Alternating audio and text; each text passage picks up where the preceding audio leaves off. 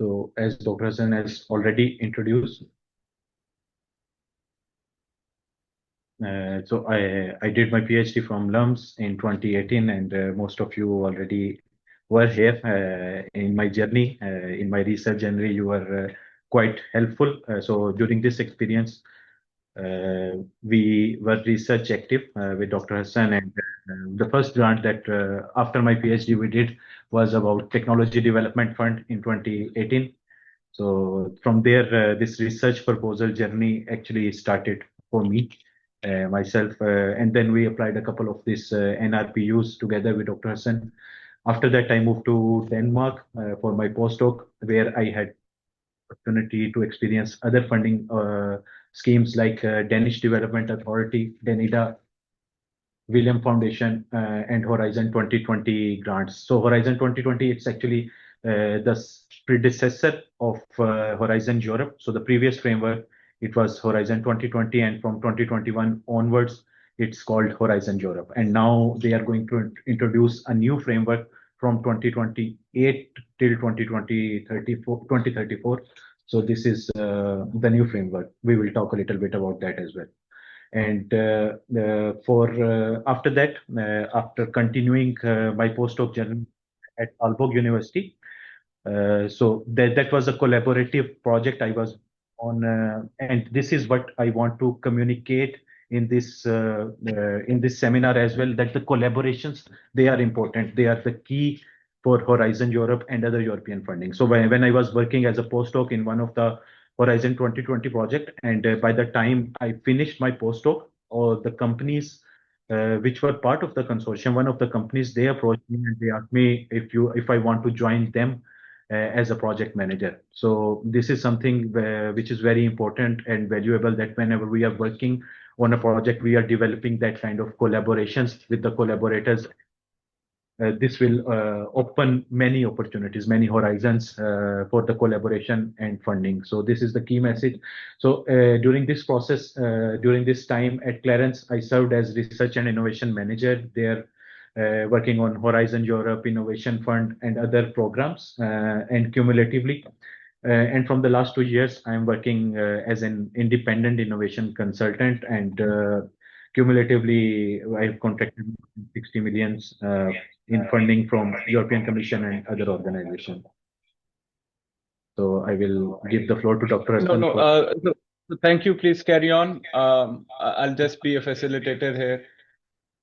So I've recently joined as Director Office of Research, and sort of looking to find ways and opportunities to maximize opportunities for faculty members here at LUMS to be able to apply for large grants.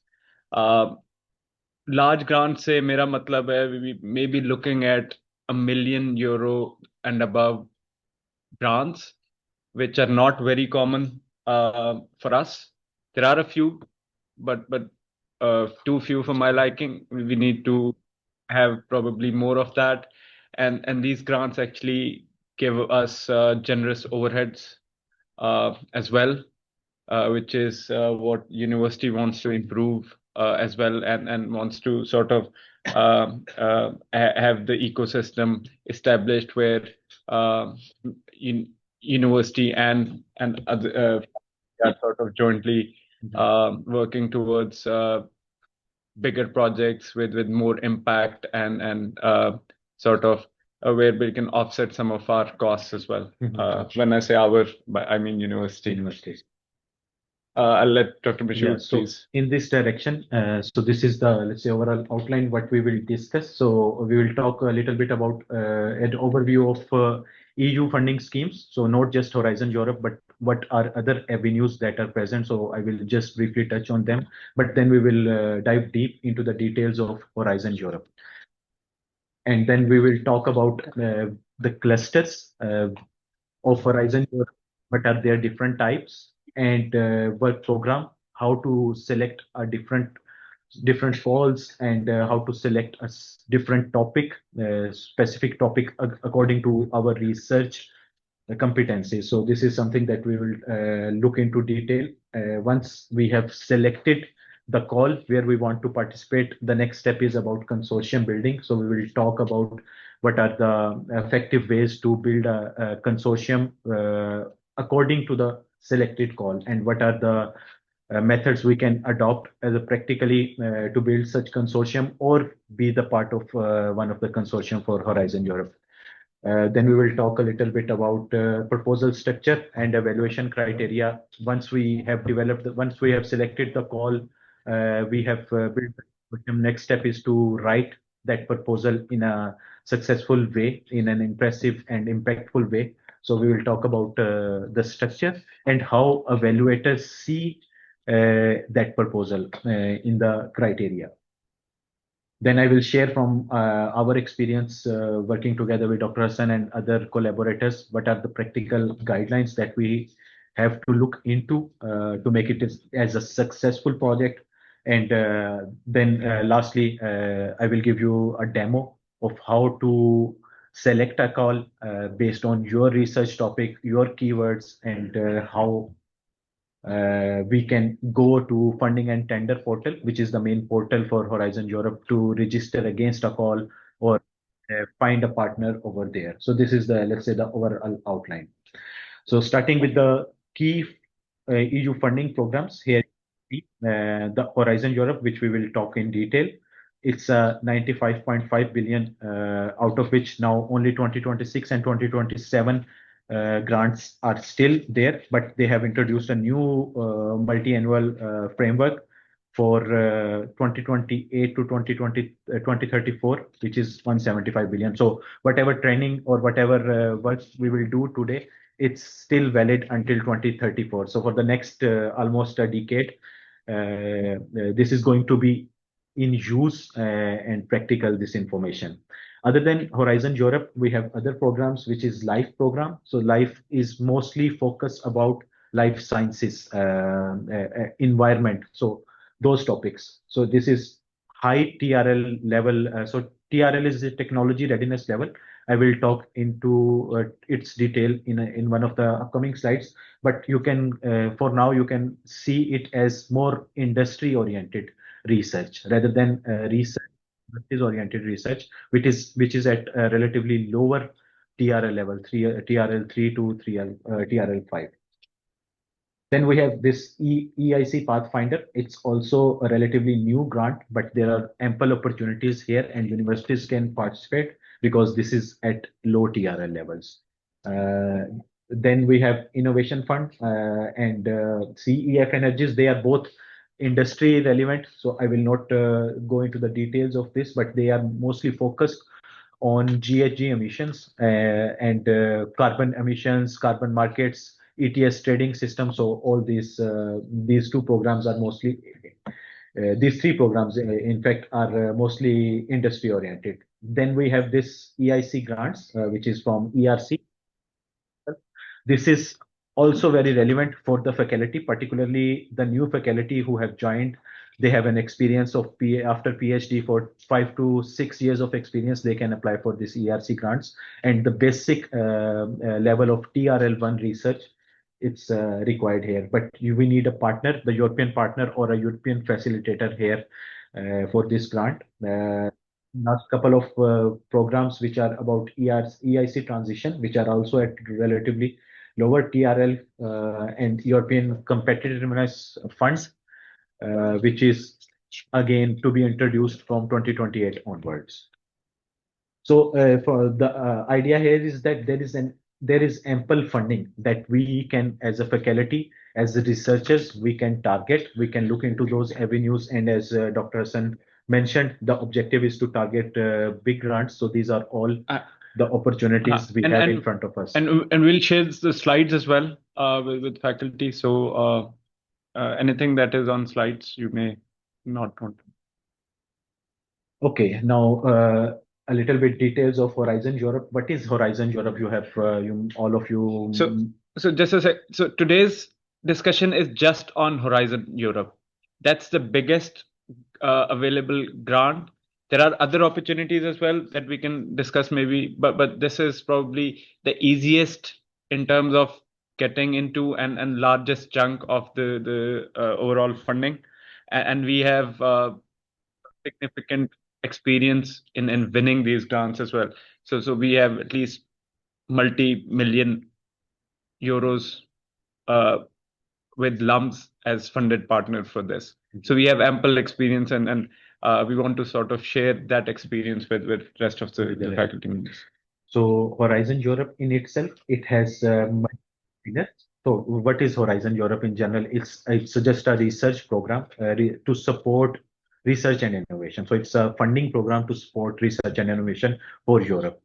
And it has multiple pillars. So the first one is about excellent sciences, and one of the famous funding program here is the Marie Curie funding. So this is for generally postdoc or higher level PhDs research. But today we will talk about the pillar two, which is based on these six clusters: health, culture, creativity, and inclusive society. So this is the cluster two. Cluster three, which is civil security for society. Cluster four and five, it is more relevant to double equality, which is about digital industry and space. For example, if someone is working in robotics or industry 5.0, they will be focusing on cluster four. And we, as with Dr. Hassan and the power and energy, we are talking more about climate, energy, and mobility. So these are the clusters, but these clusters overall covers all the research areas, lastly about food economy or natural resources, agriculture, and environment. So and then so naturally our focus has been technology related projects, but this pillar is quite broad. Business, social science, and other elements are also there that we can sort of leverage as well. But obviously, our biggest experience is in primarily climate, energy, and mobility. But there are other avenues to explore as well. Yeah. So the main reason for this pillar is that Europe wants to be industrially competitive with the rest of the world, and how we as a researcher then can contribute. This is the main objective behind all these clusters. So for each cluster, now we have three type of grants. So this is important to understand the difference between these three types of grant. The first one is called research and innovation action.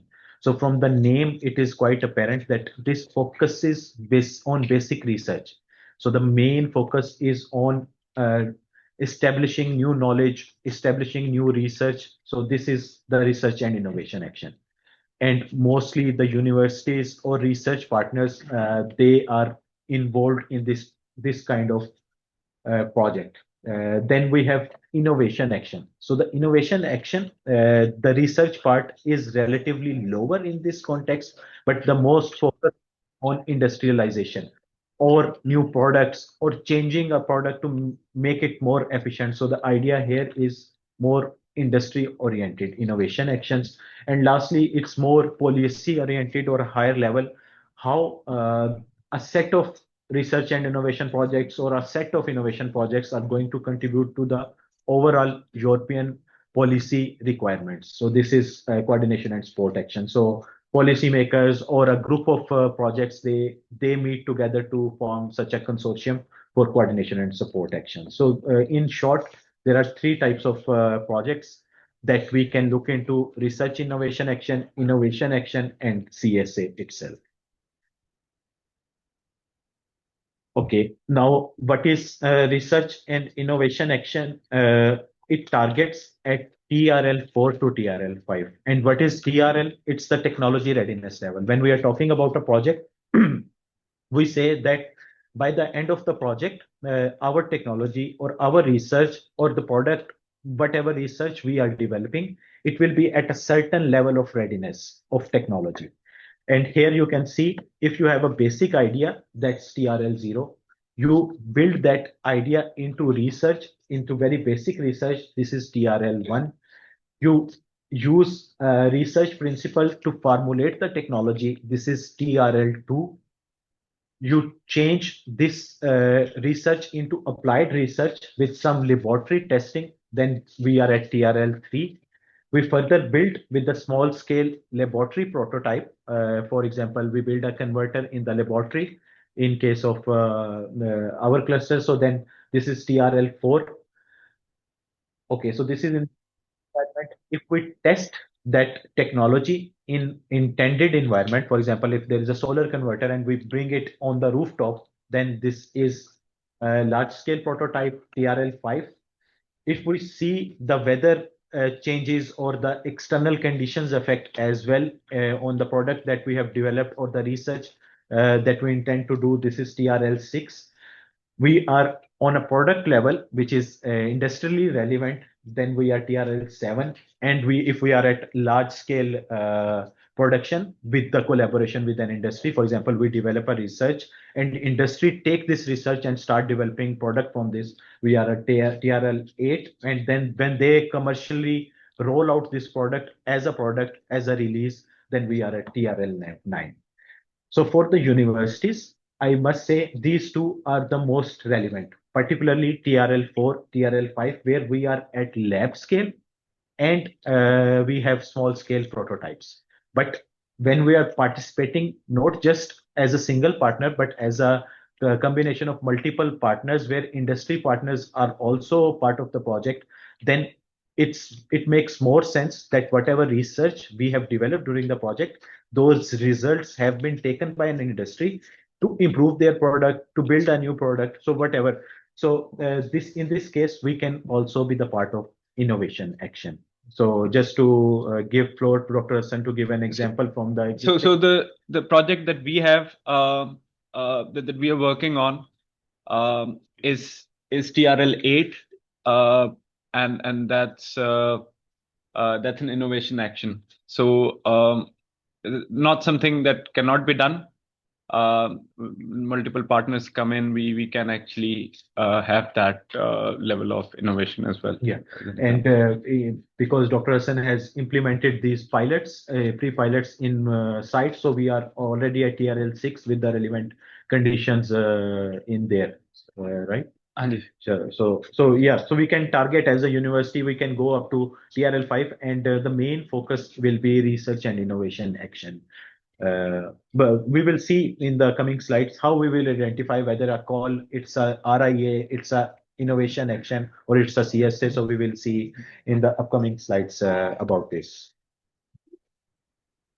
So starting with the overview for who is eligible for the funding. So I will not go into the details. This program is mainly for EU countries, but we as a low and middle income country, we can participate as a project participants. The important thing here is to highlight is that we cannot be the coordinator of the project from a Pakistani legal entity, but we can be the part of the project. We can be one of the participants with one of the main coordinator being a European legal entity or a university or a research and training organization.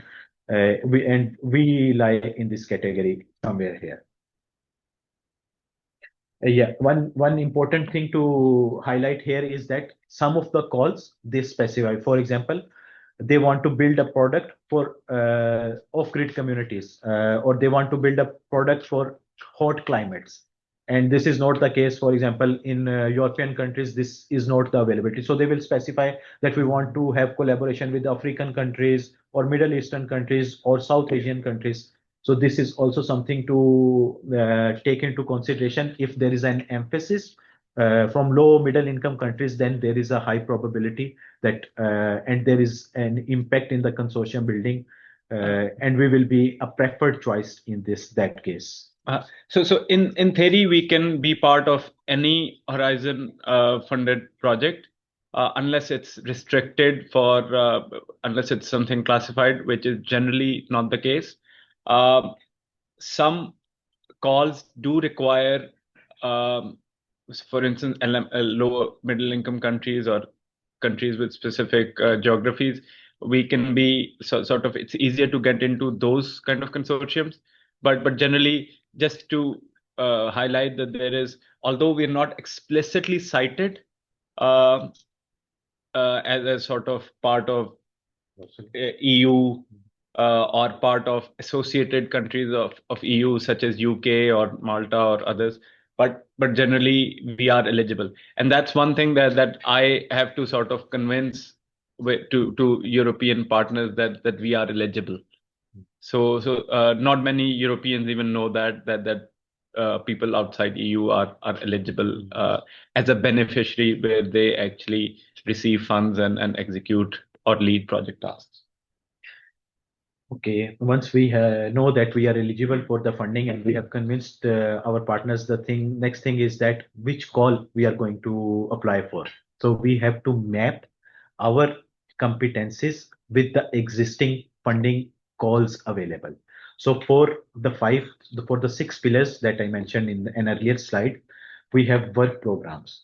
So what is a work program? A work program explicitly, clearly states that we need these kind of research outcomes, we need these kind of innovation outcomes, and we want to have this kind of impact on European level. So these are the things which are explicitly mentioned in work program. So by the end of this presentation, I will give you a demo. We will go into one of the work programs and we will try to identify one of the calls for you to see in your research area how you are going to identify one of the calls.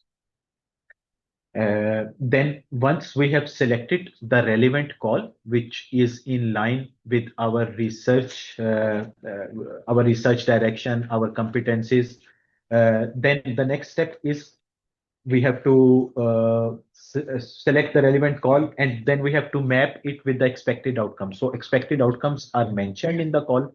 We have to state our research or align our research that it maps to those expected outcomes. Another thing to identify is that which this call, whether it is RIA, research and innovation action, it's an innovation action or a coordination support action. The reason why it is important to identify, then we will frame our research in that TRL level. So we will see what is the required TRL level by the call. So call will explicitly mention that in this call, we expect the projects, the research or the products to be at this TRL level, the target TRL level is always mentioned in the call.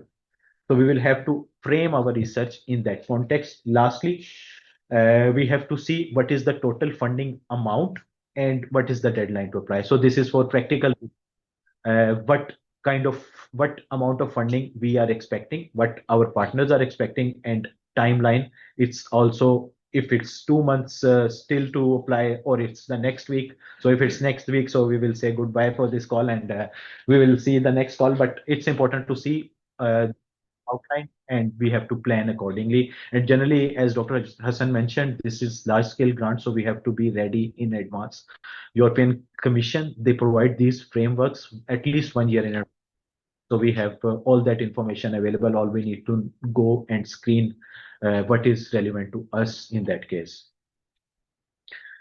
Okay, so once we have selected the call, the next step is we have to formulate a consortium because the requirement for Horizon Europe is that an independent legal entity in its own self cannot apply solely as a project. So you have to have at least one legal entity in the member states, in a European member state, and two other entities from two different member states. For example, one entity from Germany will be the coordinator, and then one entity from Denmark or Belgium. So this will make the consortium basic minimum requirements for the proposal to be eligible.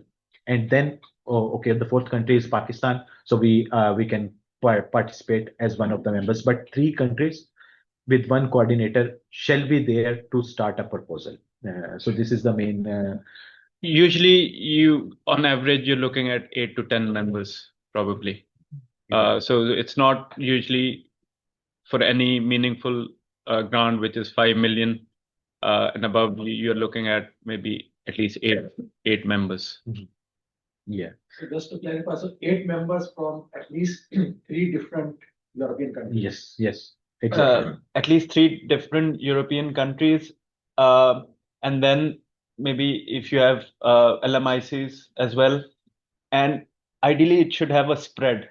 You shouldn't have more than one member from one country. So if you have a member from Spain, it's better to have another member from Italy or and sort of they also are quite uh, uh, democratic Mm. in this way. Geographical balance. So we will have a slide to emphasize this point as well, the balance about geography within Europe. Yes, but so once we have, let's say, basic eligibility fulfilled, we have identified at least four partners, including Pakistan, and for bigger consortiums, maybe 10, 20 partners, even more, for the bigger grants. But 7 to 8 is a general number, and yeah, we can continue with this.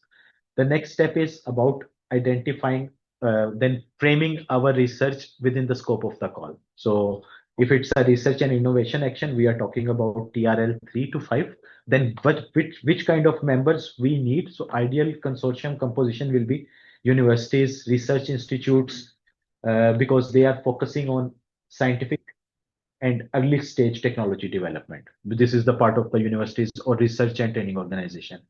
But if it's a innovation action, then we need few universities and research organization, but ideally it should be an industry-led consortium where industry will promise within the project that whatever the research is going to be developed, we will opt it as a final product. And lastly, for the consortium, for coordination and support action, it's more on a group, for example, think tanks or a group of projects, or the professors who are very expert in their fields. They will combine together and they will say, okay, we will identify what are the requirements for the next 10 years in the battery storage sector. So they will define a roadmap. They will say that, okay, these are the new technologies are coming, raw material aspects. So they will see the future and they will define a roadmap. So this kind of consortium is coordination and support actions. अच्छा, इसमें ना a very important aspect that should be highlighted is it sounds too much technology, but it's not. Each project, I'll talk about innovation action, which is TRL 8. Uh, इसमें we have to sort of literally have a pilot deployment, technology development, and everything. In that, in all innovation actions, you have to have an SSH component embedded. So you have to have a partner who's not a technical partner, who's a social science partner, or that has to be, that's a requirement. That's not an option. Plus, the project that we are involved in, um, so there are three technology partners which are developing some technology. Uh, Both all three are getting million euros roughly each. Then there is a partner who's looking at the supply chain and business aspect. That partner is also getting $1 million, million euro for the project. We have a social science partner who is getting $500,000 to look at social sciences aspects. So it's not that technology people are driving it. It's for any successful bid, you have to cover every aspect. You have to cover environmental aspect as well. So SSH people are also again they have a partner who's sort of looking at environmental aspects as well. So it's so for any successful bid, it's a very well-rounded project with expertise from all from multiple disciplines. So that's why it's very important to highlight this. This is only for technology related projects, but there are others which do not have technology as mandatory development aspect. So I just want to sort of highlight this for people who are outside of SSC and maybe interested. And what kind of activities they do? So for instance, if there is a new technology where we are developing off-grid electrification technology, they are looking at business models to actually which could go into those with what has been done previously. They'll also have to take inputs from social science perspective, and then whether it has to be surveys that have to be conducted or other studies, so that they would lead that. So essentially, another example that I could give is that there is a lot of focus for Europe on hydrogen. So hydrogen for cooking, for instance. Business people would look at the business model, but social science people would look at the potential uptake, Consumer behavior, consumer uptake, exactly, the pricing. exactly. So that has to be embedded within the project or within the proposal, not the project, and sort of financial remuneration should actually reflect that in the projects as well. Okay, so after this, once we have identified the relevant action type, TRL level, and the ideal consortium composition, the next step is about uh, participation in a call and topic. So there are important practical aspects that need to be considered while building a consortium, because we are no the practical limitations is that we are not a European university, and this program is for Europe. So we have to leverage our existing network to firstly be the part of the consortium and eventually then be in a position to lead the consortium. So I will give floor to Dr. Hassan. Yeah. Because so Dr. Mashood has been in Europe for the past 7 years or so. Maybe it's more relevant to us who are in this country and sort of want to apply for these grants. I'll just say what is not written on these slides. How to actually get into consortiums and how to actually maybe even build consortiums. I have no doubt that people who are at LUMS and doing research, intellectually, they are at least just as far at what we see from our European counterparts. But the problem is there is very little incentive for European partners to actually have us on board. So anybody from outside Europe. Anybody from outside Europe. For instance, they cannot have a beneficiary from US or from India. They are not. They can't be beneficiaries. Developed world can't be beneficiaries. Lower and middle income countries can be beneficiaries, but then you have to justify what is the need for that. For our case, I think there are two ways you can be partners. One, you have something that they don't. You develop such technology, or you have such insights, or you can offer them something which they don't have, or they can't do within the scope of, or within the money that is available. For instance, €1 million for a European partner to do a pilot is not much. So you can't have a European pilot for less than a few €1 million. So if they want to have a real life test bed, or they want to have some unique data sets, or large scale deployments, want to leverage developing world aspects. So that is where we can probably provide them with unique sort of opportunities, and we won't be as costly to them as maybe other European. For instance, if we get a 4-year, if a European university gets a 4-year project, just means they have €1 million to work with.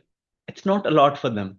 It's essentially for 4 years, one postdoc and one PhD student, and some money for, I don't know, travel and some consumables and other things. So for a €1 million project for 4 years, they can only get a postdoc and probably a PhD student with some involvement of senior faculty. In a €1 million project, we can probably do much more. So that's where, in my experience, we have actually sort of, when you sort of how to say, when you sort of give them or potentially opportunity that they can have with us as a partner, that's the first or the best way to approach these grants. The second way is to actually have friendships and have networking, which is little bit more than professional. This is just my experience. Again, It can be Europeans are combination also. yeah, Europeans are different generally. Yeah. They're very different from Americans or Chinese who are sort of single, narrow-minded and very focused. Europeans are more democratic, they value friendship more than maybe work at times. Like us, Human rights. Yes. like all of us. Yeah, so maybe it's easier Like all for of so dosti jo hai na, that's more important to them. So we have been involved in four consortium bids so far. One did not materialize. The first one that we applied, the next two actually emerged from our networks that were leveraged from the first consortium. Our networks aise, so we invited them to come to LUMS, sort of we invited social science people to come to LUMS. We sort of had meetings with our faculty from social science, took them to field, gave them sort of access to sort of real life scenarios that they didn't have ordinarily otherwise. So bid 2 and 3 actually emerge from that. So whenever they want to do something that is related to anything that we talk about, they come to us first and even want our recommendations for other partners. So I think one, give them something that they can't do otherwise, or you have developed something which is state of the art. So that's okay. Then it's relatively easy. But second, have connections and networks which are more sort of on lines of friendship than just professional. This is my understanding. Europeans actually think like that. Also, I think in Pakistan we have access to companies and data and experimentation. So, for example, we can go and speak to a poultry farm that we Yep. want to do this pilot in your poultry for next 1 year. They might be more amenable to try out that compared to doing the same thing in Germany, for example, or maybe going and speaking to Atlas that we want to, look at your, let's say, pilot on your 50 bikes, these things. So we have more corporate access also. So in Exactly. Germany, for example, or in European countries, many academics I see they are very disconnected from their access, from at least from the access to the industry standpoint. So I think because of LUMS, especially, we have a lot of access in the business community also. बिल्कुल ऐसे. So that's legal restrictions become. Legal restrictions become we have some social or brand value also when we approach a government institution also, or any business or any entity in the country, they are more forthcoming. So I think that's also But that leverage. Value addition Yeah. in the consortium. and that depends only if that's a requirement or something. Otherwise, actually, Horizon Europe is not for Pakistan. This is to benefit EU only. But we have to frame it that doing something over here would help EU in the long term. That's the way you should think. And when you approach potential collaborators, where having us in the consortium is going to add value to their bid. So उस पे मजीद बात करते हैं, maybe if you. How about, on this, our relevance, how about the businesses that work with EU companies? So, for example, our textile supply chain has a lot of export going to Europe. Similarly, I think there would be some other maybe food related. Yeah, I think maybe in National Foods wale, they send their products to Europe. Yeah, so whatever if they are involved with the Europe, then they have to comply with certain standardization. So, for Correct. example, ISO 9001 Yeah. standardization or 26262. So we can leverage that, that experience, because they have standardized their product, and that experience can be leveraged within the consortium for other European partners to see and look how they can expand their markets in Pakistan, or how Pakistani products which are developed in Pakistan can go to their markets and benefit or contribute to their long-term objectives of carbon emissions or environmental changes. So this thing, we have to frame it in that context, and then it's definitely a value addition in that case. Meghan, we will leave the discussion at the end. Yeah, other than the one that Dr. Hassan mentioned about cross-border friendships, the important thing is another couple of practical aspects that we can look into is about the membership of key associations. For example, European Association of Energy Storage, they offer membership, a yearly membership, and more than 100 companies, research institutes, universities, they are part of that network. So you can leverage on their network, and they have member only proposal line. So only, let's say, 3,000 euro per year membership, annual fees, and then you are part of 6 to 7 proposals by default. So this kind of things you can we can look into. So actually, the budget is tight. Provost bhi idhar hi hai. So we have actually at least one of these associations हमने budget किया है कि at least we sort of have a membership with these where they जो भी वो अपने members के लिए call करेंगे, they'll automatically sort of have us, or at least give us the opportunity to pitch our contributions. So we will share with them our competencies, our set of competencies, not only from SSC, but pitch to association. So what is an association? The way European model works, different industries, they come in the form of an association. Association advocate their voice to the commission. They ask, okay, we are bringing, let's say, 100 millions of euro in the research, and we want research to be driven in these XYZ directions. European Commission will say, okay, I will also put 100 million euros, and let's create a grant of 200 million euros. So this is how associations and funding model work in Europe. But if we will be the part of that association network, then our voice will also be part of the call. And whenever there will be a call for proposal, our research direction will already be in there, and then we will be the ideal candidate to participate in that call. So this is how generally the framework works in this direction.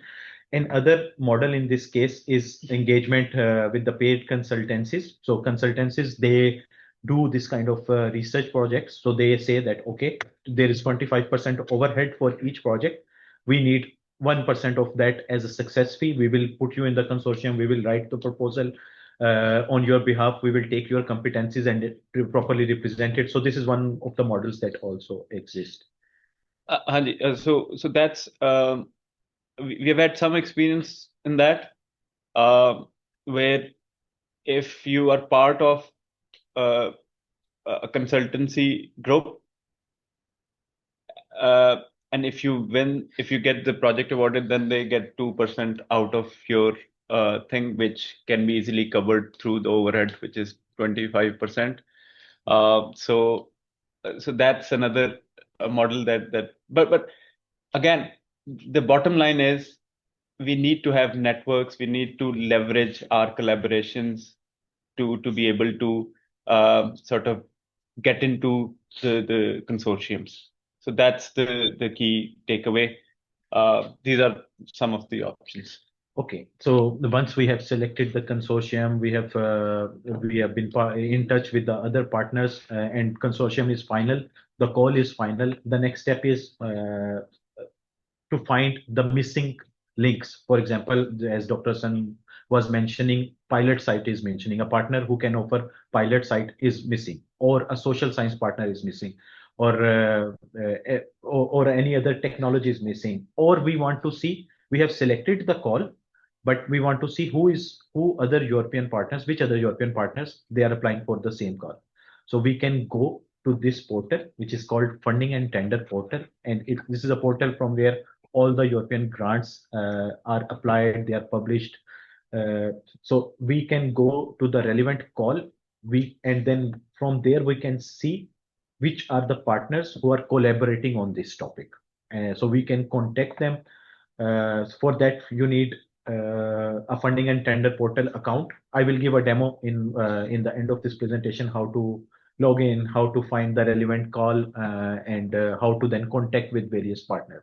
But the key idea is that we can go there, we can see which European partners are targeting these calls, what are they requesting from the expertise they are missing in their consortium, and what are they offering as expertise. So we can look into this and we can record our interest as well, that okay, we can provide XYZ competencies, we can provide XYZ key research elements, and then they will consider you and they will invite you for being the part of the consortium.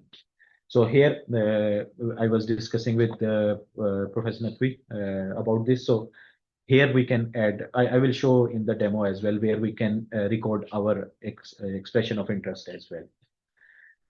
And lastly on this, we can select from this filter whether we are looking for expertise offer or we are going to request for expertise. So this demo we will cover in one of the upcoming slides. But the main idea here is we can use this portal to find the relevant partners who are going to apply for a specific call that we have already shortlisted based on our research competencies and our group's direction. So this is the let's say main idea here. So which means that the people who are participating, they've already submitted their expression of interest Most of them. before even submitting the proposal. Before even. So this platform is kind of a matchmaking platform where missing competencies can be found through publishing your request or looking into the request what others have published. Okay, so now once we have completed this step, which are according to Dr. Hassan, these are the main challenges that we have here. Once we have done, then we know more or less how to proposal, but I will give some insights in there as well, because the proposal structure and the European needs, they are a bit different from the policy perspective or the social perspective or the impact perspective which they want to see in their project. So I will highlight these sections a little bit more. So any proposal, whether it's a research and innovation action or innovation action that we saw in the previous slides, it consists of three parts. The first one is about excellence, the other one is impact, and the last one is about quality and efficiency of implementation. So, and from a reviewer's perspective, if I'm reviewing this project, then what is the process? There will be, first of all, an individual evaluation. As Dr. Hassan mentioned, Europeans are very democratic in this aspect. So there will be not only just one proposal evaluator, there will be a set of at least 3 proposal evaluators who will do this evaluation in isolation, in separate, and then they will find a consensus. A panel then will review it, and then finally this project will be awarded. For excellence, this excellence section, this is more like on technical objectives of the proposal, how how we are going to target the objectives stated in the call. So for any research and innovation action which is relevant for the universities, this section has relatively higher weightage. But if we are talking about an innovation action which is industry oriented, then impact section that has to be more impactful in order to get a better score in the proposal. So this is more like industry related, and then quality and efficiency of implementation, it should be equally good in both of the type of the proposal. So all proposal are marked out of 15.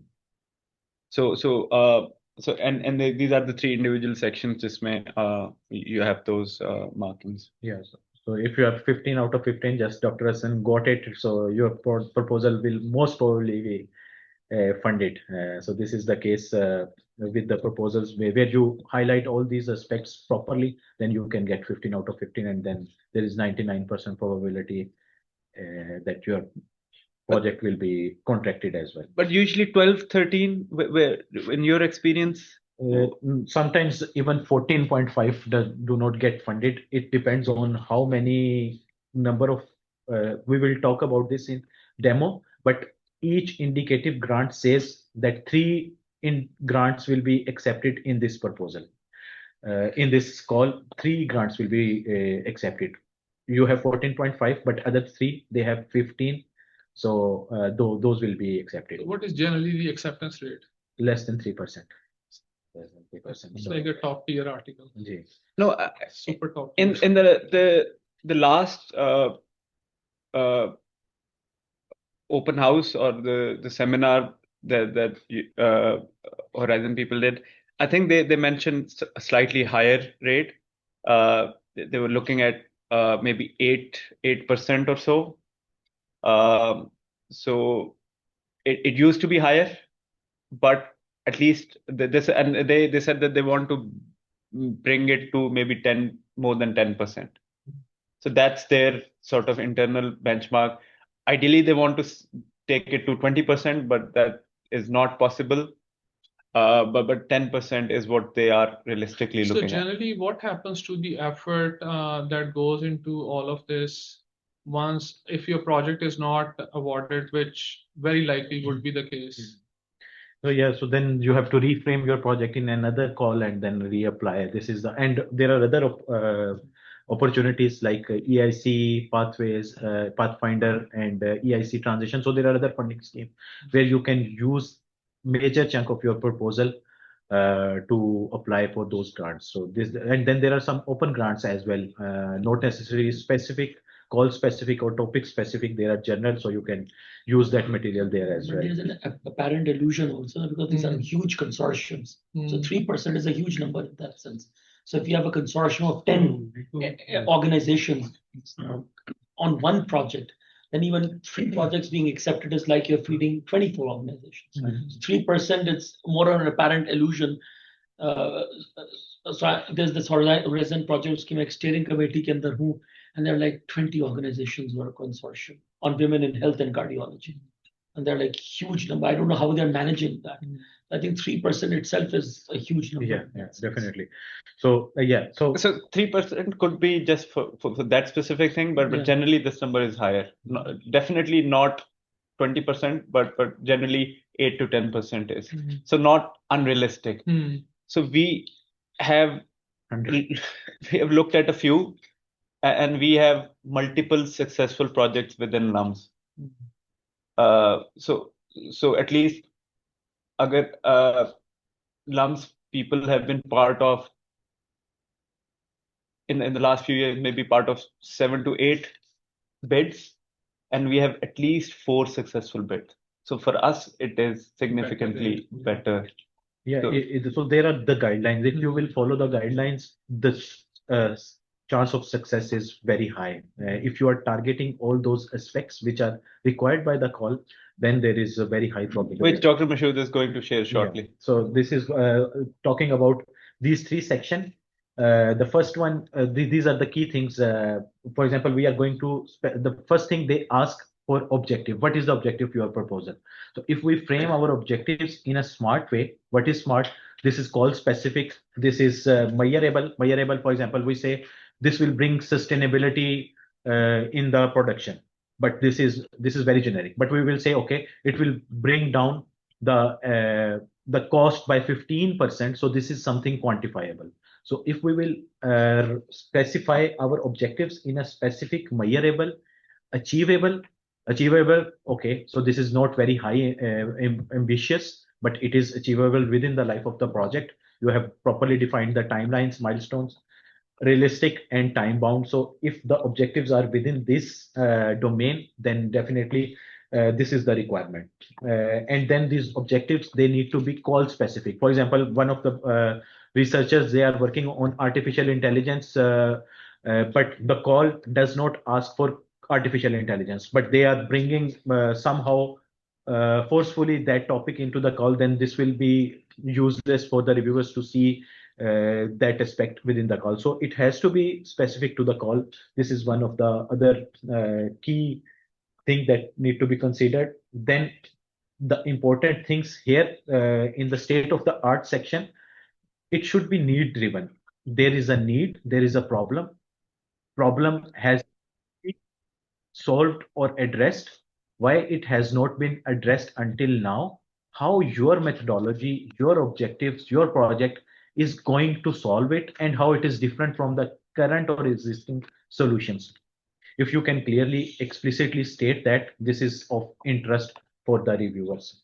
And then this is important. What is the target TRL, technology readiness level, you are going to achieve? What are the steps? Okay, you were at the idea stage. From the idea stage to the final product stage, what are the levels? What are the research?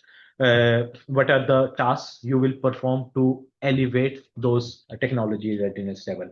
Lastly, it has to be very concrete. For example, I will use simulation to see the behavior of XYZ model. But if I will specify, I will use MATLAB to see the efficiency graph. So this is more concrete. So the language that you put and the concrete details you will mention in the proposal, it's going to add value for the reviewers. Lastly, as Dr. Hassan was mentioning, it's not just about the technology. It should be need driven, society driven, impact driven. So interdisciplinarity, gender dimensions, open science practices, and the fair data management, which is whatever the data that you produce within the project, how you are going to make it findable, accessible, interoperable, and reusable for the other projects, because it's a public funded project. So any data that you will produce, it should be available in the public domain. So this is one of the ways to show them that whatever results we will produce, others can use those results. They can build on this research rather than starting from the scratch. The second part is about impact, how you have to show the impact. So what is the impact pathway in this case? Here, for example, in 2026, you are given some research grant. So all the human resources, research efforts, they will join together to make some project results. So whatever we will do within the project's lifetime, for example, I say I will develop an efficient converter, 95% efficient converter. So this is one of the project's results. What is the outcome of that converter along with another result? So a set of results that are produced within the project's lifetime, this is the project outcome, and this outcome should be in line with what is stated in the call. And lastly, if that product is opted by the industry, what would be the final effect? For example, by 2030, 5 companies are going to take that product, as a result of which carbon emissions are reduced by 3%. So this is how we show the impact of our proposal.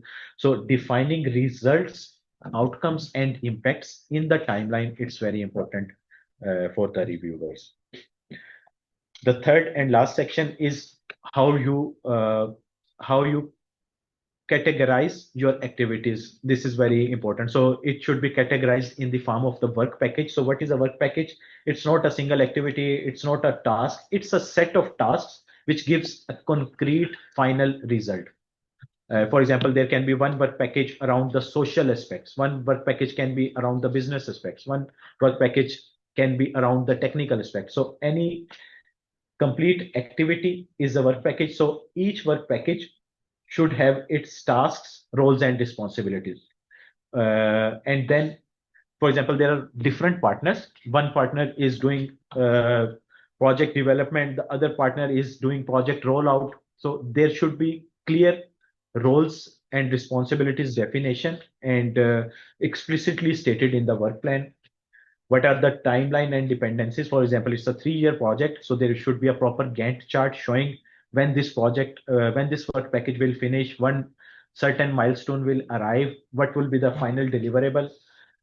So these things must be properly explained in the implementation plan, and then this will be, the more concrete details will be there, so the more will be the chance of success.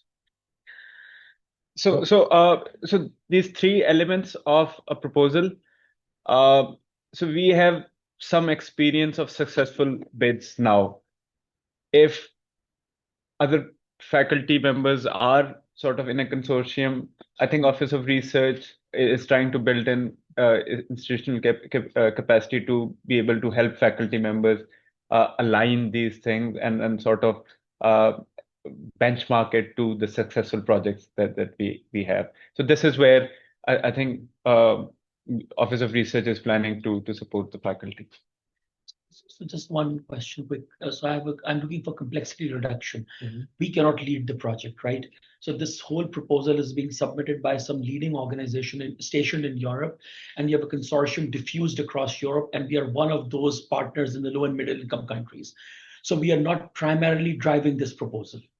The first one that from our experience, from practical side, Right. when you are participating with that consortium for the first time, this is the case. Right. So my question is, let's say we are a part of a consortium, we are submitting this proposal. So all these kind of tasks and responsibilities, they're more on the shoulders of the parent organization that are doing that. No. So for us, how much are we going to contribute? Are we going to just contribute the work package in the proposal?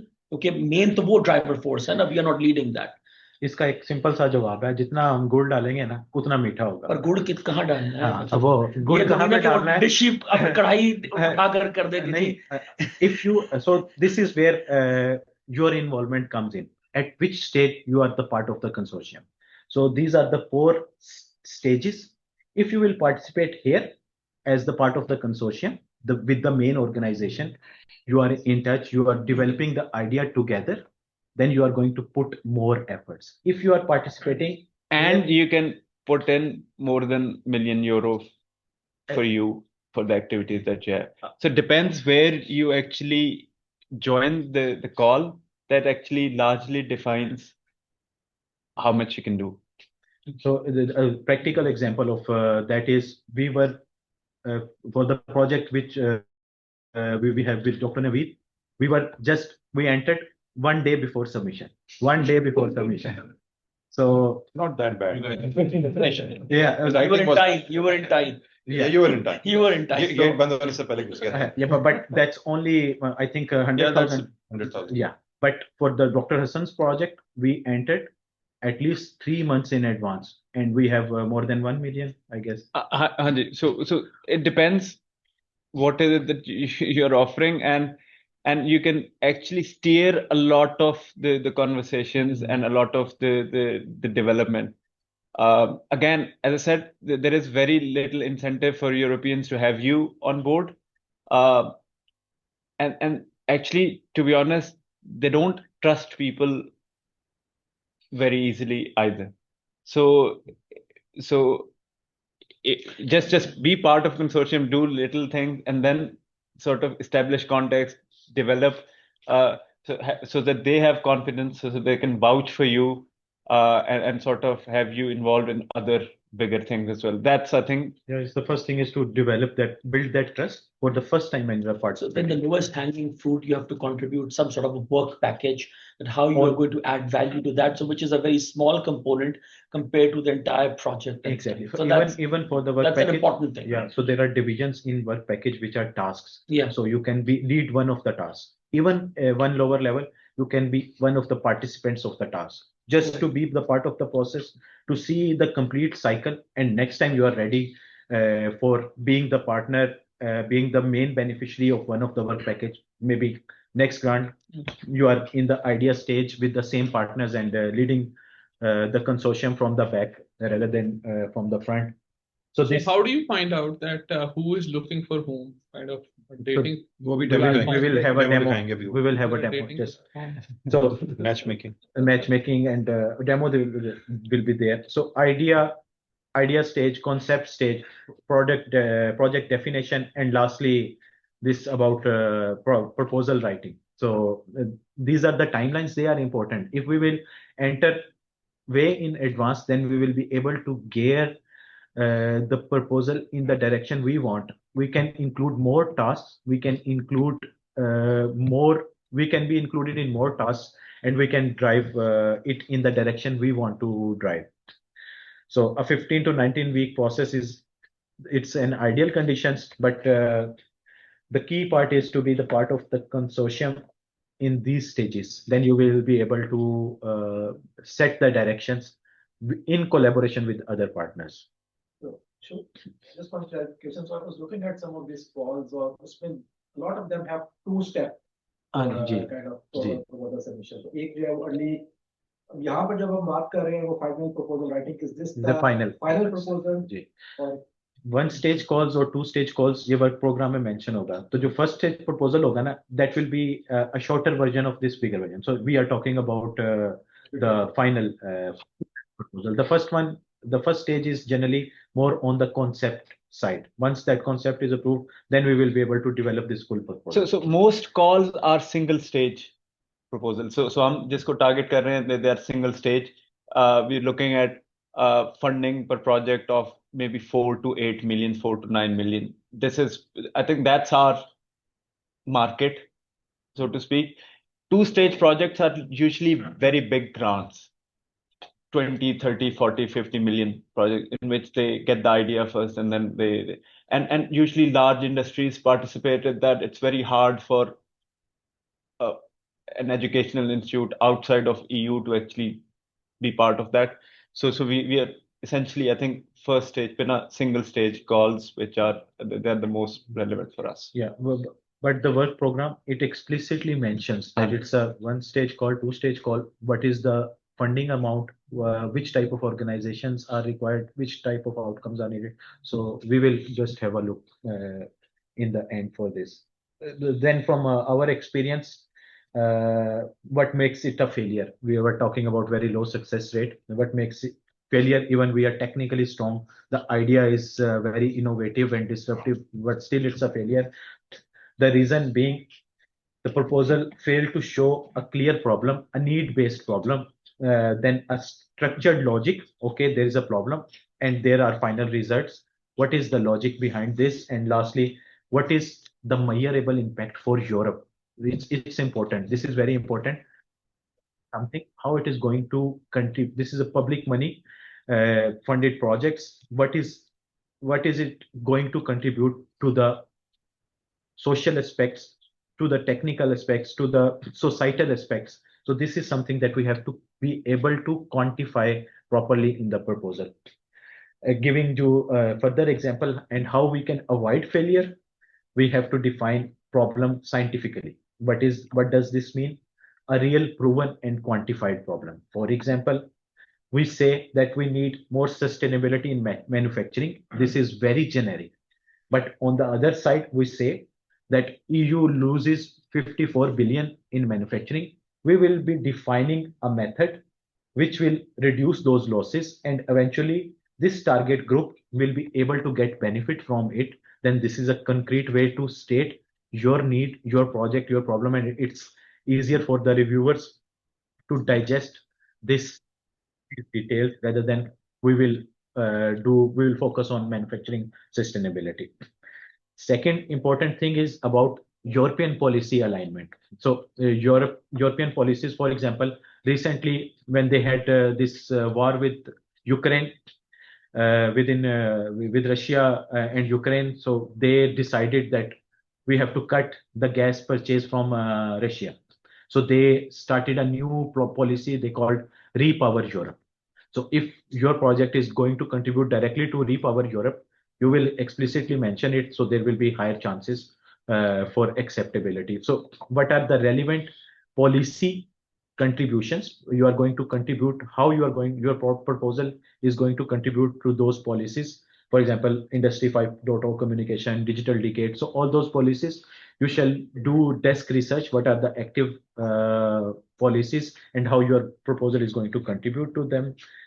Then this logic, this is very important whenever we are framing our problem. What is the need? What is the problem? What is the proposed solution? How it works? Why it is innovative? What it changes? And for whom, which are the target groups who are going to get benefit from it?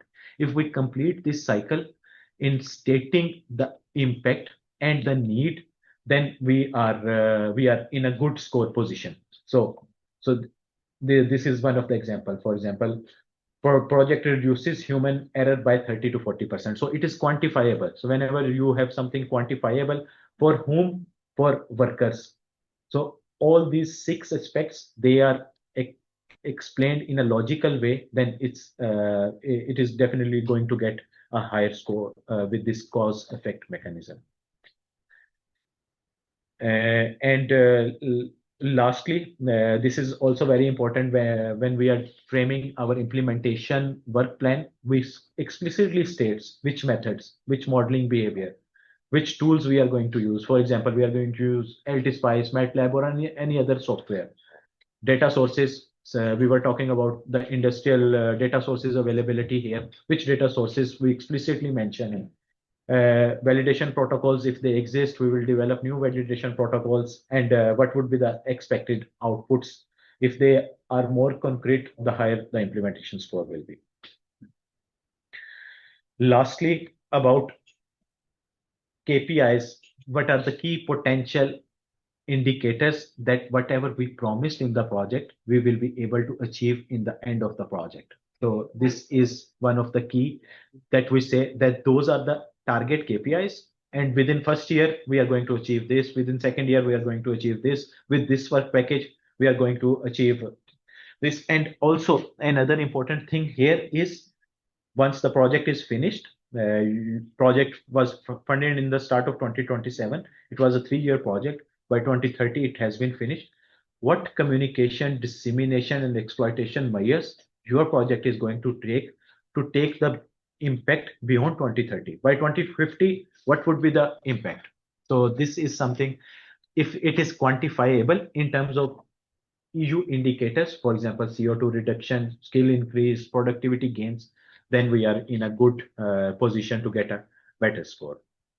So I think these are the key things that we must know when we are writing this proposal. And if we will keep these things into consideration, I have not taken any, let's say, practical any course to do this, but it is learning by doing. So when I write the proposal, this has changed the way I am writing proposal now. I am taking these things in my mind, seeing that all those points I have tackled them, and then I'm writing in these aspects, and then this is giving me some positive results that I'm sharing with you. So the final checklist is about identify calls, leverage contacts, and other avenues to join consortium. This is the first hurdle that we see here in Pakistan. It's very important. Once you have crossed this hurdle, then the next, you have to be specific. You have to be quantifiable in terms of impact. The implementation plan should be very concrete, and the quality of your work plan, resources, and participant, it should be demonstrated in a quality manner. One important tip here is about there are always Horizon Europe Info Days. There are matchmaking platform which we can join online always. Being the part of those, we can ask questions. Then it will show your presence as well. You will be able to find new partners there asking the same question, same interest. So this is very important to highlight, and I think Office of Research generally communicates about these days with the participants. Yeah, we're planning to do that. Okay, last 15 minutes, so I will give you a small demo how to what is a work program that we discussed in the start, how we see the calls, how we read, because when you will see a work program document, it will be very exhaustive and it will be very difficult to see which call we have to select. So we will just take an example here, if it will allow me. While you set up, I have a question that out of these 7 proposals that have been bidded with LUMS as a partner, so one way is through networking, which is more of an emotional kind of a connection than a scientific approach. How many of those bids were possible just by showing intent and they were able to join that bandwagon? So friendship is something else. Networking is important. But the first project that I was involved in, it was regarding off-grid electrification. So Dr. Mashood was involved in the sort of with the people who were sort of making a consortium for that. And then they said that people in LUMS have been working in off-grid electrification, and that was our entry. So because again, we were doing, when they looked at our work, and then they sort of invited us to join. There have been other uh, uh,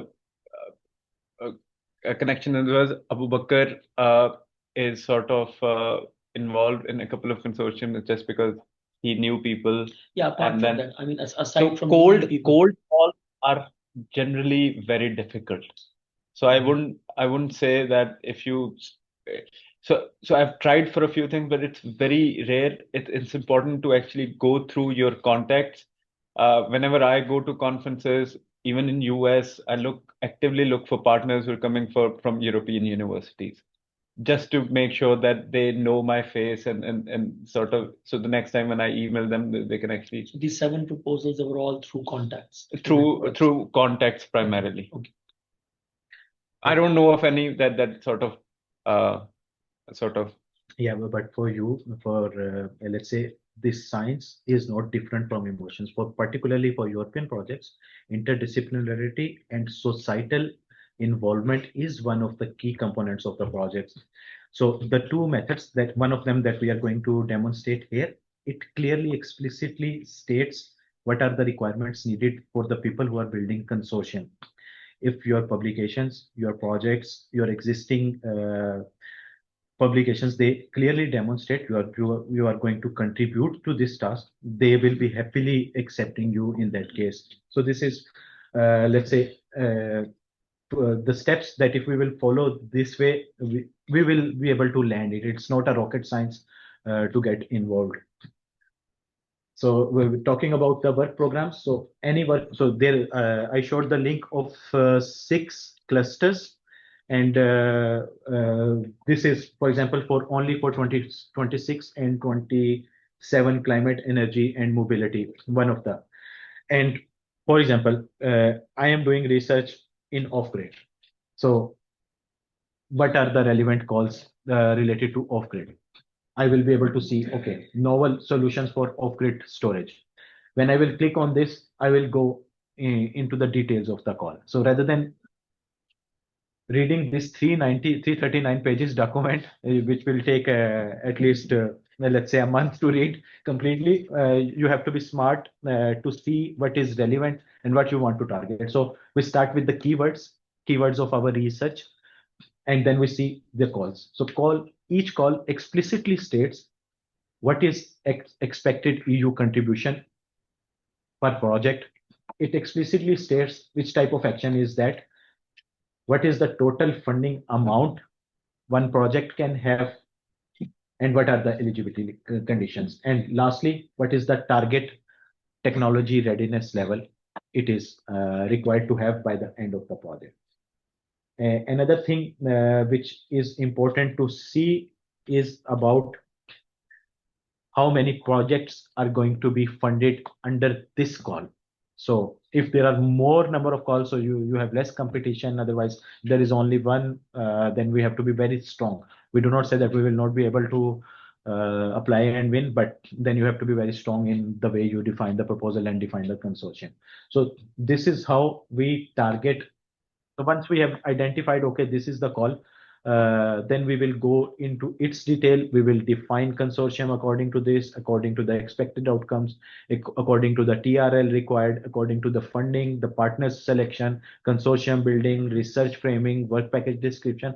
Everything should be specific to what has been mentioned within this call. So this is so call text is their sacred document. So they actually, so if you go if you go a little bit down, so actually expected outcomes are there as well. They exactly want to have these 3 outcomes where European leadership is important, and then the energy security for Europe is important, and fossil fuel elimination is important. So actually we are trying to bid for this as part of a consortium. And for them, we pitch to them that, so for European research leadership actually extends beyond Europe as well. And off-grid storage, off-grid solutions are actually more relevant for the developing world than the developed world. They want to do this for Ukraine. But then we can actually frame it where we have probably more relevant use cases in Pakistan, which we can sort of bring in to help them build their case for Ukraine. So that's how I framed it to get into this consortium. So that's how that's one of the ways to actually actively target and So in this document, where do you find this document? So the links are there. We will share this presentation with you, but this is available on European Commission site. But the links, when you will click here, this is All right. So those links are there for each cluster. For example, for you, I think more relevant. These two will be more relevant: digital industry and space. And then you will click, and then will be able to go to cluster 4 link as well. And then yeah, digital industry and space, it's there. So and all the calls are listed in there, and also single stage and double stage. The second thing which Dr. Hassan Mayuddin is a bit concerned about, how to land when there is no emotional connection, then this is the this is the an emotional connection. There is a this आपको याद है next steering committee? This is the platform. Again, in recorded. I think Naveed Sahib and I will share something. After recording stops. Yeah, we'll share something. Okay, so this is the platform. Matchmaking platform. And here you can see you have to create an account. So I am doing sign in because I already have an account. So and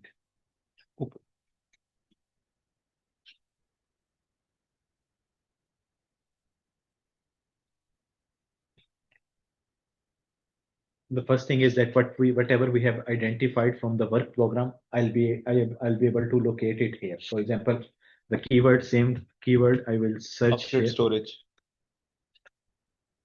and I will. So there are 4,100 calls active right now, but one of them is this, which is with the deadline of which we are targeting right now. This is so we can go into its details here, and these are the same details, admissibility conditions, funding, etc. But this is the platform where we will be able to find. So 78 people have already registered their interest in joining or contributing to this call. So and you can see the details. Yeah. So for example, you can express your expertise here that, okay, I can offer converters in off-grid. So I can, for instance, I can sort of we can host a pilot in Pakistan. I have a vehicle fleet of 700 vehicles that are already operational, and if they are building a new technology that they want to roll out in the field in Europe, they probably need 100 million just to have that 700 vehicle pilot operation. So you can have that at a comparably much lower cost in Pakistan. Or similarly, if you have access to manufacturing which are already exporting to the EU, so that's the link that you can bring in and to sort of get through the door, or at least have good chance to leveraging AI people. Everything, most calls are now asking for AI sort of interventions and solutions, and so these are very brief adverts, right? Yeah, and even you can see, for example, some of them have requested something. For example, here you can see they told us that we developed these things, and what we need in here, we need LCA and material expert. Similarly, they have given, you can see here, the contact numbers, even the email address, that what we need, and you can contact us. So it's about very brief, right? So it is a very brief advert. And correct me if I'm wrong, these are not the leading partners. इनमें से भी कोई leading partner. So there is a filter. Yeah. So ये या तो leading partner है, ये part of the consortium है. But these 78 are all auxiliary people who want to become a part of that bandwagon. या इनमें से they may or may not be bidding already. So for instance, some of them may have a consortium now, and then they would be bidding. Some of them may not have found the partners or There are two expertise. filters. The one is expertise offer. For example, I am going to say that I have these capabilities, these competencies, so I'll be going in this filter. But if someone is looking, so it means he is already established consortium. He has already established consortium. They need a certain specific set of inputs or the tasks needed from other parties. So for instance, this with the LCA, life cycle analysis. So your group has expertise in doing end-to-end life cycle analysis. So you say that we have this expertise, we have done this in 3 other projects, and set up a meeting so that once they know this, they would be, they're likely sort of interested in sort of having you on board. So here you can mention, for example, your name details, whether you are requesting something or you are offering something. So details can be added. So this 500 words limit. हमारे case में we won't be requesting directly because we can't be coordinators. Usually this is for we would be offering or at least looking at potential coordinators. The way Horizon funding works is that Horizon Europe only talks to the coordinator. Coordinator is like the captain, and that's the only point of contact with Horizon Europe. Coordinator gets all the money for every grant. Then coordinator usko further beneficiaries में बांटता है. So coordinator in fact is your donor essentially for all practical purposes. So you have to sort of so essentially best तो ये है कि coordinator you have core group of people जिसमें से कोई coordinator बन के lead कर सके, proposal भले आप ही लिखें. In a recent call, actually we wrote most of the proposal with a coordinator from Europe, जिसने again sort of जिसने कुछ चीजें दी, but we were driving that project. That's okay. The amount of money that we get, in fact, is the effort for this. Even if you win 1 out of 5 projects, that actually covers up for most of the effort that goes in. Again, so sorry. Yeah. So just to conclude this, even one step higher, the way these calls are written, if your input is already in there, for example, you are working on AI in medicines. If there is a call which explicitly states your research that we need this in the call, so this is even better. You are ideal candidate for that call to be applied. And for that, the route is to be the part of the association which advocates your research to the commission, and the commission then brings that into the call. So this is how this whole ecosystem works, how these calls come into existence. And for example, I was the part of that association where we were responsible for writing these calls, publishing these calls with the consortium, bringing the needs from the industry, framing them in the form of the calls, and then publishing it in collaboration with the European Commission.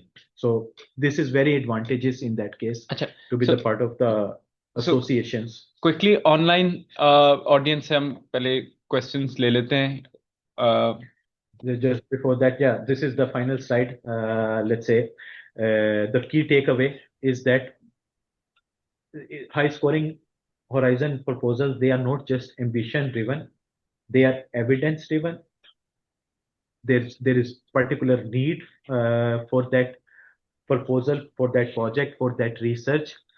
Then it should be policy aligned, methodologically precise, measurable in impact, and a clear pathway from need to final target group who is going to take those results. So if we are able to do so, we are able to get high scores in Horizon. Thank you. Farooq साहब का question है. जी, अस्सलाम वालेकुम. Question नहीं है, एक comment है, and that kind of builds on जो हसन आपने कहा था, which is about this consortium building, and I think उसमें जो प्रोफेशनल नेटवर्किंग की बात आपने की थी, इसमें ये था कि जब ये मैं इंटरनेशनल ऑफिस जो है उसको जब रन कर रहे थे तो ये बाहर वाली इंस्टीट्यूशंस के साथ काफ़ी लिंकेजेस होते थे, बट आई थिंक जो individuals हैं, those of us who've been part of ये Horizon 2020, because I've been part of two इस तरह के projects, एक Erasmus Plus program है, उसके साथ हम कर रहे हैं. तो point is कि I think हमें within LUMS, not just at the time of a proposal, but I think ये आपस में हम लोग जो है वो maybe OR could facilitate that. वो हम almost kind of उसके trial basis जो है ना वो हम करें. What are some of the ideas where people can come together? ठीक है, वो और चीज हो जाती है. अच्छा यार ये इसकी प्रपोजल आई हुई है, let's see who we can find, and उसके लिए ये होता है कि मे बी लास्ट में कोई ना कोई आता है. तो वो अगर कोई चीज हम कर लें, those of us who are a little bit more experienced with this, I think if we are able to meet up with other people, ताकि if something kind of comes up, we are already well placed. Excellent comment जी. Actually जो general या सारी faculty के लिए information session था, but personally मेरा ख्याल ये है कि as OR we know exactly expertise क्या है. वी नो आपने कौन से प्रोजेक्ट किया, माइग्रेट में आपने क्या किया था, या for instance, so we know, या बाकी faculty. So we should be able to identify calls and as well, और लोगों को हम we can say 2-3 most relevant लोग, उनको हम एक्चुअली पिच भी कर सकते हैं कि start thinking about making consortium. The calls that have deadline maybe a year from now, actually वहां से हमें स्टार्ट करना चाहिए, ताकि मे बी जल्दी हम फैकल्टी मेंबर्स को बता दें. We don't do that in OR at this moment in time, but Yes, that's yes. something that we want to institutionalize. Faisal साहब भी इधर हैं. We are sort of trying to get some और अपना आप university. ਘੱਟ ਜ਼ਰਾ ਕੰਮ ਕਰੇ. ਤੁਸੀਂ ਜਿਹੜਾ 20-25% ਜਿਹੜਾ ਪਹਿਲੇ ਲਾ ਦਿੰਦੇ ਹੋ ਨਾ ਉਹਨੂੰ ਘੱਟ ਕਰੋ ਜ਼ਰਾ. आपने जब हमने प्रोजेक्ट आपके साथ लिखना है ना, आपने कहना है कि 25% क्यों ले रहे हो, ज्यादा लो, इतना अच्छा तुम काम कर रहे हो, और तुम 25% के अलावा भी जो है ना ये लो. But that's the most thing कि आप अप्लाई कर सके. Okay okay okay, thank you. Any other question जी, comments online?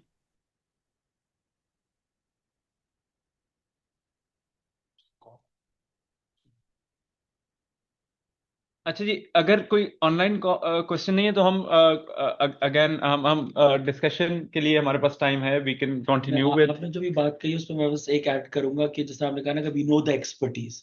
I think we should also become democratic in the sense that I came to know that there were 8 Erasmus proposals that were just submitted. I didn't know about them. I came to know much later. So I Erasmus think बस कुछ अभी गए हैं, capacity building गए हैं. हाँ, पर again most of the faculty didn't know about it. So I think उसमें ये है कि अगर किसी को पता है capacity building है तो mostly, I mean, that's normal that people go to their friends. That's what we're discussing. I think it's also important that you become more democratic and we become more open-minded about it, because this is a lot of money. I mean, 20 crore रुपया एक मामूली रकम नहीं है पाकिस्तान में खर्च करना. It's in fact, again, हमें जो NCBC के लिए मिला था, I worked with Dr. Naveed and my lab got 2 crores. For me, 2 crores is a huge amount of money to spend in 10 years, and I'm not making it up because I don't waste it. Again, so I'm just saying that just keeping things closed door, it's not the most democratic way to do it. I think चीजें अगर possible हो, बहुत दफा चीजें होती जो नजर में नहीं आ रही होती, but there are other people who can actually add layers to it and add new dimensions to it. Actually, the reason we are having this call is to exactly do that. Just so you know that there are options, opportunities. We can give you the platform, identify things, OR can do some of it as well, but मतलब हमारे पास OR में अभी तक ऐसे लोग नहीं हैं जो एक्चुअली कॉल्स को समझ के फैकल्टी मेंबर्स की एक्सपर्टीज के साथ अलाइन कर सकें. We may get that in future.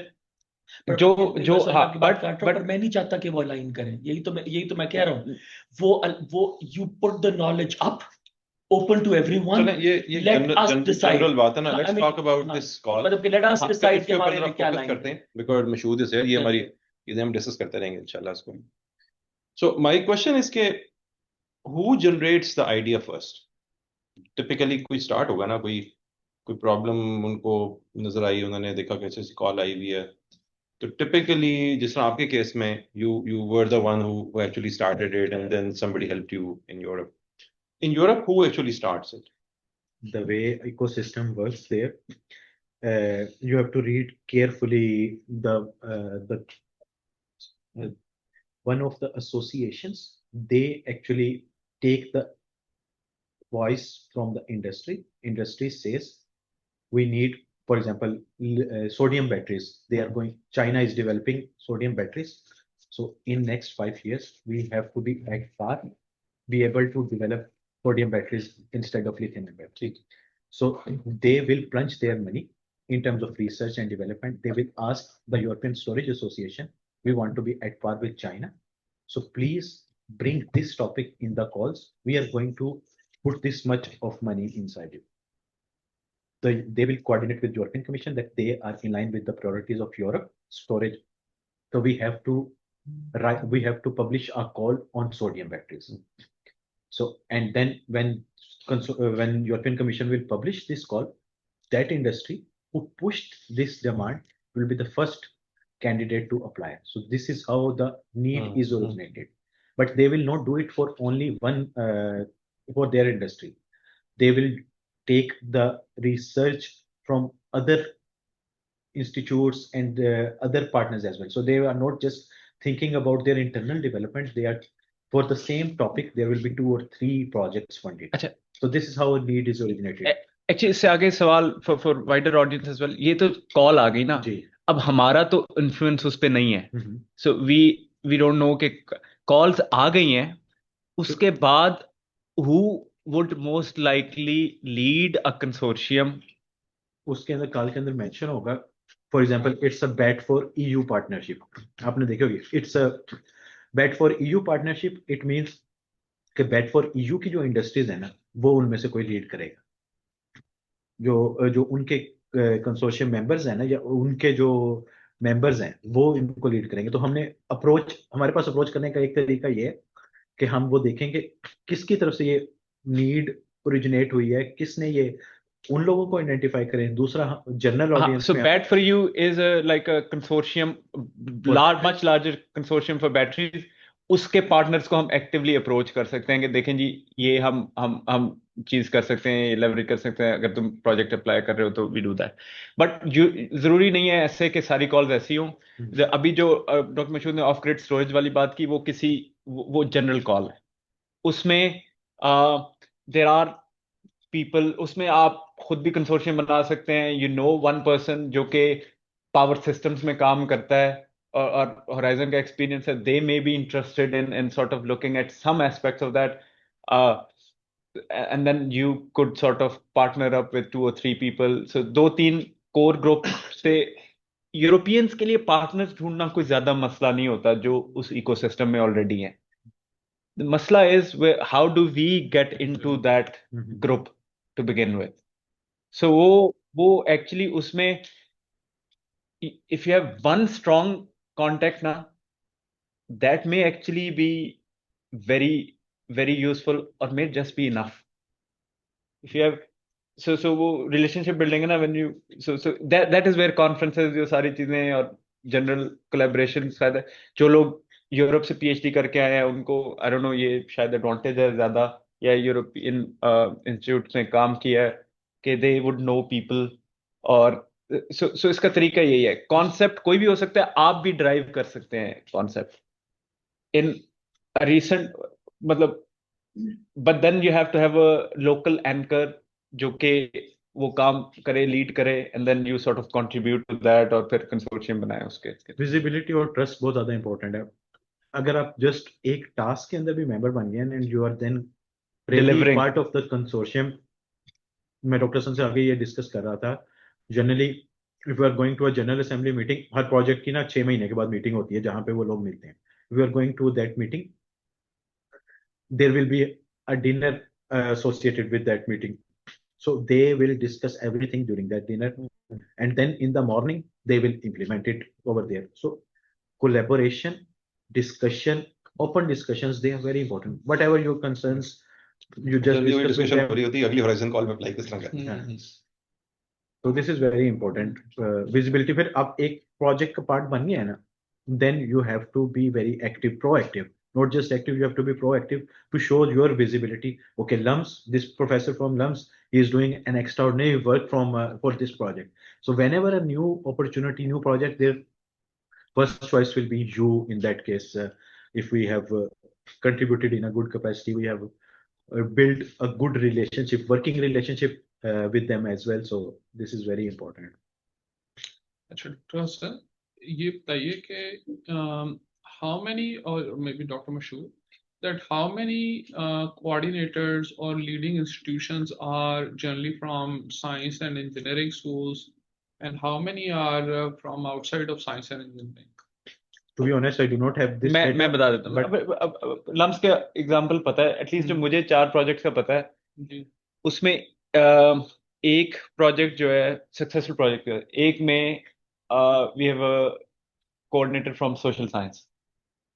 Climate का प्रोजेक्ट है, बट सोशल साइंस उसका लीड है, कोऑर्डिनेटर है. वी हैव अनदर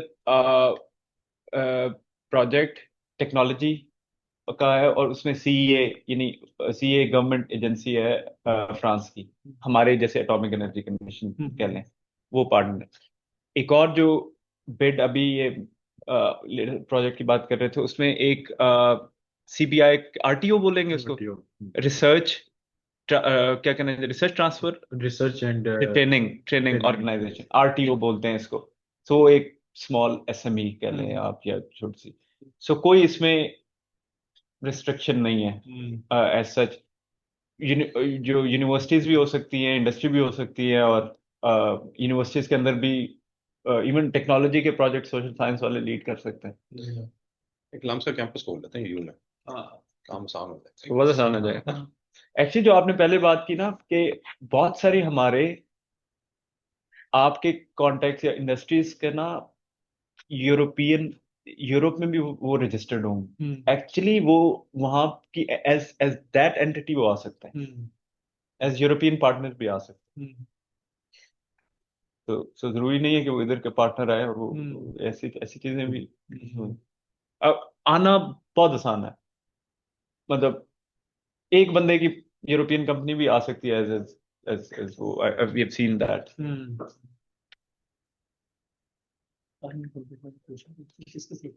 मेरा भाई any other questions ji, comments? Very useful Thank you session. Ji, thank you. बहुत शुक्रिया आपका अरेंज करने के लिए. अच्छा, इस पे क्विकली नवीद साहब, आप प्लीज, अगर डॉक्टर मशरूर को ये हमने दिया था, आप अगर प्लीज तस्वीर खींचने के बाद भी हम वापस ले रहे हैं, दोबारा दे रहे हैं. अच्छा, दोबारा दे आप इसको आप स्लाइड अगर पहले कर ले, आई डोंट नो आपके रिकॉर्ड्स के, लेकिन नहीं करना तो आप इसको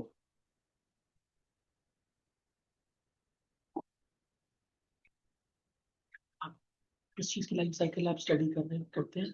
नहीं, mobility, transport sector. Okay. From a data engineering?